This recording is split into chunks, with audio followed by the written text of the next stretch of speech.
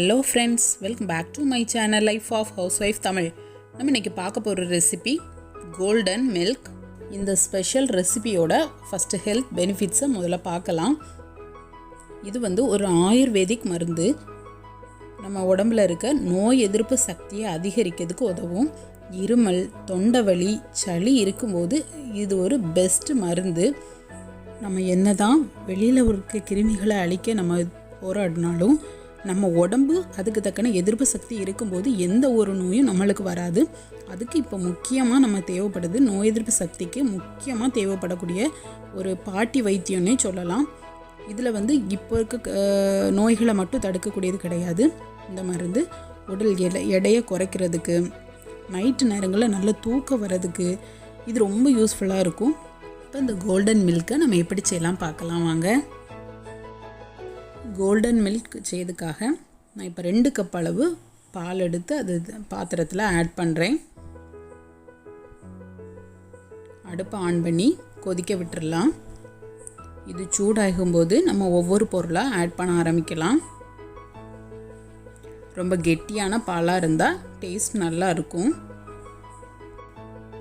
இப்போ பால் சூடாகிட்டு இருக்கும்போதே நம்ம 1 ஸ்பூன் மிளகை ஒன்றும் பாதியமாக நல்லா தட்டி எடுத்துக்கிடலாம்.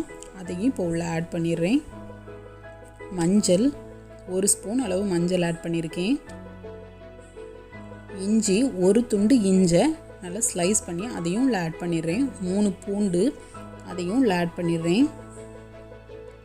இப்போ இதை ஒரு மிக்ஸ் பண்ணி விட்டு கொஞ்சம் கொதிக்க விடலாம்.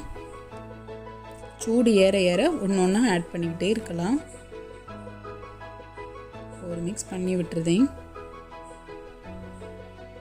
பால் கொஞ்சம் வற்றணும். அப்போ அடிக்கடி இப்படி கிளறி விடும்போது அடிப்பிடிக்காமல் பால் நல்லா காயும்.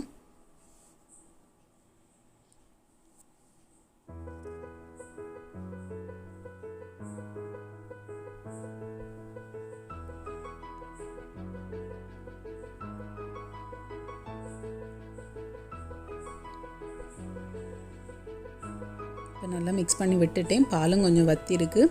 இதில் இப்போ ப்ரௌன் சுகர் 1 ஸ்பூன் ஆட் பண்ணுறேன். இதில் உங்களுக்கு தேவைன்னா நீங்கள் தேனும் சேர்த்துக்கிடலாம், இல்லை இனிப்பு தேவை இல்லைன்னா ரெண்டையுமே நீங்கள் தவிர்த்திடலாம்.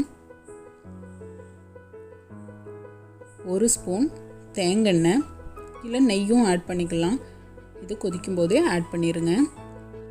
இப்போ எல்லாம் சேர்ந்து ஒரு 2 மினிட்ஸ் கொதித்து அந்த பூடு வெந்தால் நம்மளோட மில்க் சூப்பராக ரெடி ஆயிரும்.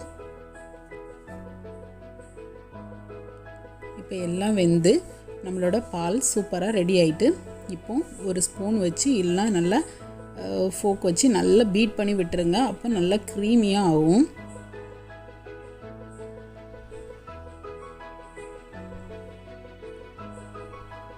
இப்போ நல்லா பீட் பண்ணி விட்டுட்டேன். நல்லா பபிள்ஸாக நல்லா க்ரீமியாக இருக்குது. இந்த ஸ்டேஜில் நம்ம கிளாஸில் மாற்றி நல்லா சூடாக குடிச்சிடலாம். இது எப்போ குடிக்கணும்னா, நம்ம நைட்டு சாப்பாடு ஒரு 7 மணிக்கு சாப்பிட்றோன்னா படுக்க போகிறதுக்கு முன்னாடி ஒரு 8 மணிக்கு 1 ஹவர் கழித்து, சாப்பிட்டதுலேருந்து 1 ஹவர் கழித்து நம்ம இந்த பாலை எடுத்துக்கிடலாம். இப்படி நம்ம தொடர்ந்து எடுக்கிறதுனால நம்ம உடம்புல இருக்கிற நோய் எதிர்ப்பு சக்தி கூடும், உடல் எடை குறையும், நைட்டு நல்லா தூக்கம் வரும்.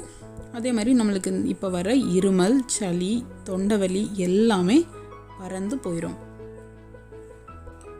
ஓகே ஃப்ரெண்ட்ஸ், ட்ரை பண்ணுங்கள், கண்டிப்பாக ட்ரை பண்ணுங்கள். நம்ம ஹெல்த்தை நம்ம தான் பார்த்துக்கிடணும்.